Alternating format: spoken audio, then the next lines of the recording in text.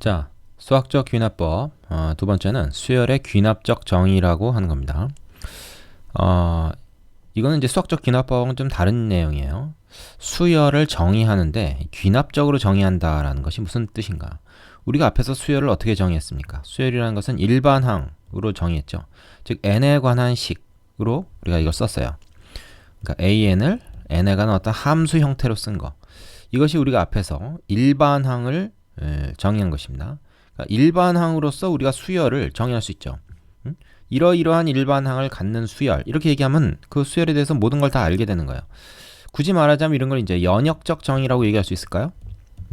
연역적 정의. 일반화를 해놓은 거죠.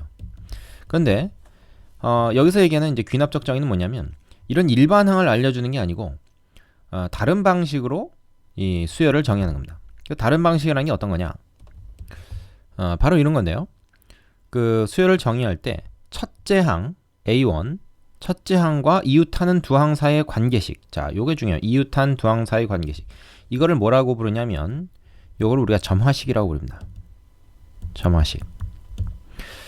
뭐 불을 점화시킨다 할 때 그 점화를 생각하면 돼요. 불을 붙이면 옆으로 딱 이어서 불이 다 퍼지잖아요. 그런 것처럼 이웃한 항사의 관계식을 알려주면 첫째 항을 알고 있는 상황이니까 둘째 항을 알게 되고 다시 또 둘째 항을 알게 되니까 이 두 사이 관계식으로부터 셋째 항을 알게 되고 그렇게 해서 모든 항이 다 어떤 값들을 갖고 있는지를 알게 된다는 겁니다. 자, 이런 방식으로도 우리가 수열을 정의할 수가 있는 것이죠. 이런 것을 이제 귀납적 정의라고 합니다. 일반항을 모르더라도 알 수가 있는 거예요. 그 수열이 어떤 것인가 하는 것을.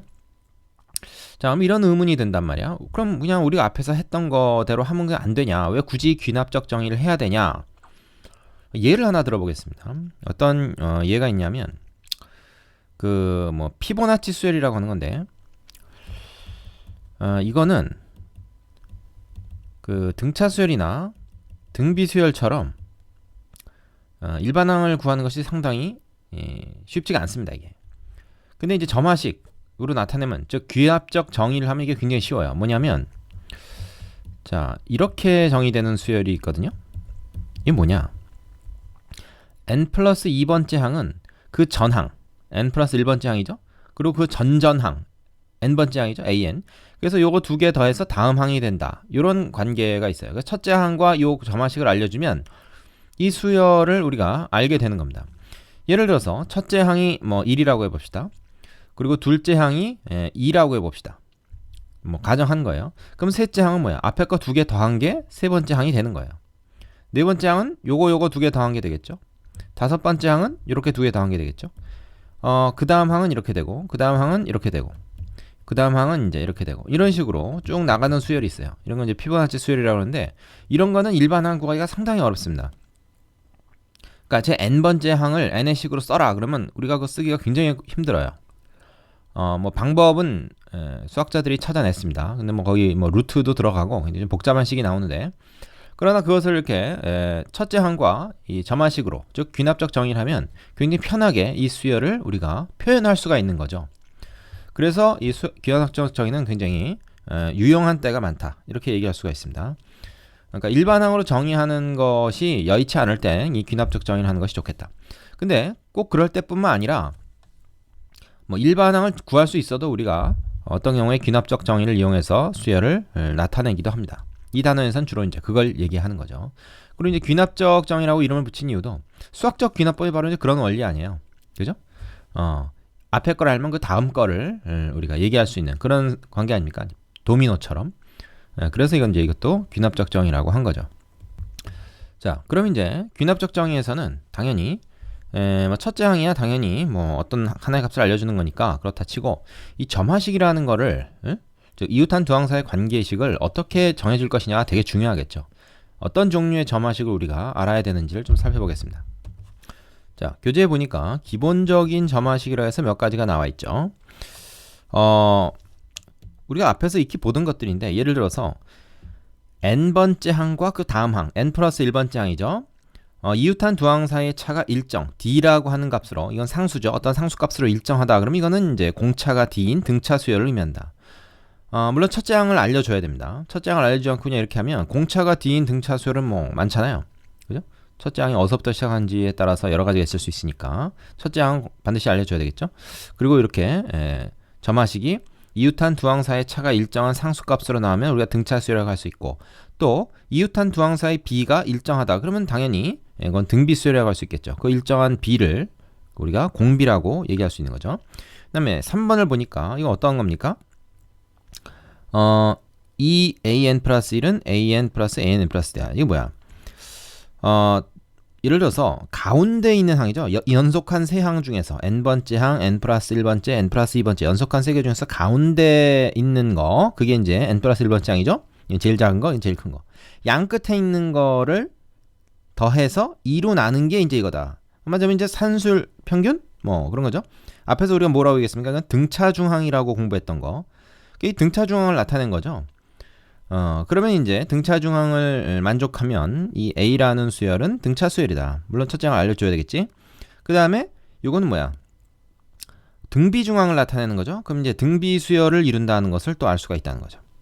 그렇죠? 자, 그래서 우리가 여기 지금 1, 2, 3, 4번에 정리되어 있는 수열들은 앞에서 이미 공부를 했던 내용이고요. 등차수열과 등비수열을 점화식으로 나타낼 때, 즉 귀납적 정의를 할 때 어떻게 표현할 수 있는가 하는 얘기입니다. 이건 상당히 쉽죠? 자, 근데 그 다음 쪽에 나오는 특강 내용을 잠깐 보시면요. 여러 가지 점화식이다 그래가지고 이 예전에 이제 교육과정이 개편되기 전에는 이런 그 형태의 점화식들을 우리가 다 외워서 이제 문제를 해결했습니다. 학생이 좀 어려워하는 부분이기도 했고요. 근데 이제 바뀐 교과과정에서는 이 점화식을 이용해서 그 일반항을 구하는 그런 문제는 잘 나오지 않습니다. 그래서 특히 3번, 4번처럼 이렇게 공식을 외워가지고 하는 거는 우리가 안 해도 되고요. 1, 2번은 좀 해야 됩니다. 이건 뭐냐면 일반항을 구하지 않더라도 우리가 축차대입법이라는 게 있어요. 축차대입법. 이게 뭐냐면 그 n 대신에 1에서부터 쭉 그 자연수를 대입해가지고 식을 써놓은 다음에 그것들을 곱하거나 더하거나 해서 항들끼리 변끼리 그래서 필요 없는 부분 지우고 우리가 필요한 것만 찾아내는 그런 방법을 축차대입법이라고 합니다. 요걸 이제 1번 유형, 요걸 2번 유형의 점화식이다 해서 여러분이 좀 외워뒀으면 좋겠습니다. 요 두 가지는 좀 외워야 됩니다. 예전엔 이게 3, 4번뿐만 아니라 한 5번, 6번, 7번까지 있었어요. 그걸 다 이제 외웠어야 되는데 우리는 이제 더 이상 그걸 외우지 않고 1, 2번 축차대입법을 이용해서 어떤 합을 구한다든지 어떤 항의 값을 구하는 것 정도는 나올 수가 있기 때문에 요거를 좀 기억을 해둬야 됩니다. 그리고 여기 좀 어떤 계차 수열을 이용해서 뭐 구하는 그런 방법이 나오는데 우리는 축차대입법을 이용해서 구하는 방법만 하도록 하겠습니다. 근데 계차 수열도 교과정에서 빠졌기 때문에 이 용어가 나오는 책은 여러분이 이게 뭔지 하지 마시고 그냥 넘어가셔도 돼요.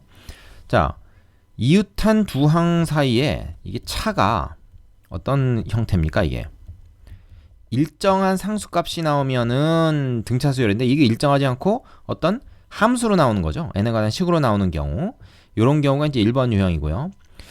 요거 이제 n 대신에 1, 2, 3, 4 쭉 대입해서 변 더하면 해결이 됩니다. 좀 이따 예제에서 한번 해볼게요. 그 다음에 요거는 뭡니까? 요거는 이웃한 두 항 사이의 b가 일정한 게 아니라 fn이라는 함수로 나오는 거죠. 일정하면 등비수열일 텐데. 자, 이런 것도 역시 축차 대입을 해서 다 곱하는 형태로 풀 수가 있습니다. 자, 뒤에 필수 예제에서 이걸 좀 해보도록 할게요. 여러분은 우선 그 개념 확인 코너의 문제 해보시고 나서 필수 예제 3번으로 넘어가시기 바랍니다. 자, 필수 예제 3번부터 보죠. 이건 좀 쉬운데 다음과 같이 정의된 수열 A의 일반항을 구해라. 어떻게 정의되어 있습니까? 첫째 항과 이웃한 두 항 사이의 관계식, 즉 점화식으로 정의가 되어 있죠. 귀납적 정의를 한 겁니다. 이걸 가지고 일반항을 구해보자. 연역적 정의를 해보자 이거죠. 근데 얘는 뭐예요? 이웃한 두 항 사이에 차가 일정하게 7로 나오는 그런 경우죠. 그럼 이거는 뭐야? 공차가 7인 등차수열이다. 첫째 항이 1이고 공차가 7인 등차수열이니까 우리가 등차수열 공식에 의해서 첫째 항 플러스 n-1 공차 이렇게 써주면 됩니다.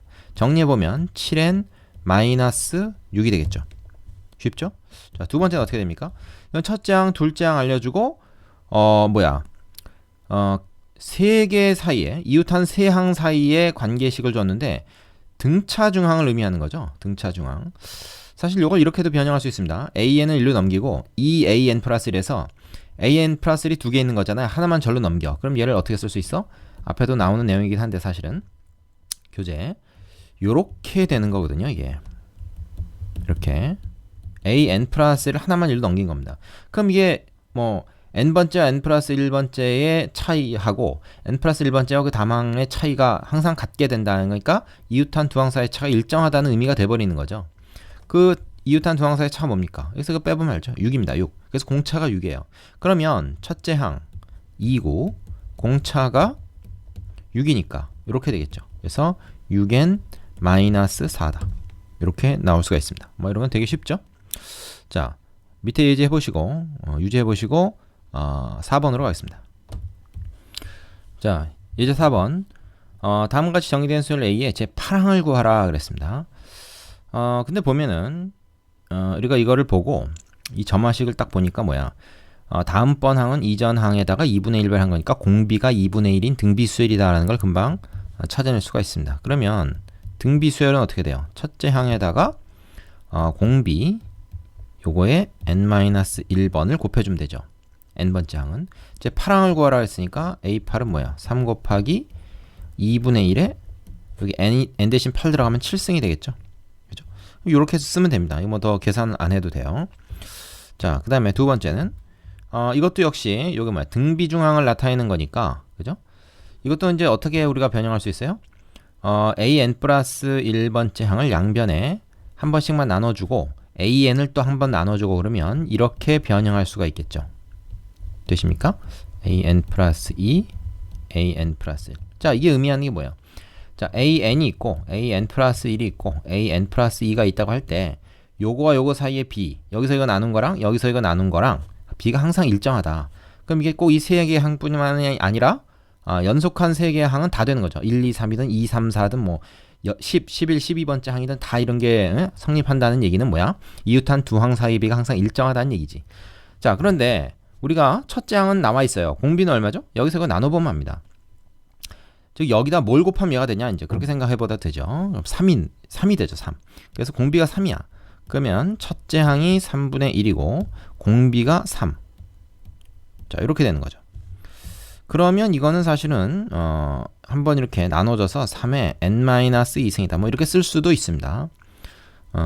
뭐 굳이 뭐 이렇게 쓰지 않아도 되지만, 그러면 a8은 뭐냐 하면 여기에 이제 n 대신에 8 들어가니까 3의 6승이 되겠죠. 그죠? 3의 6승이다.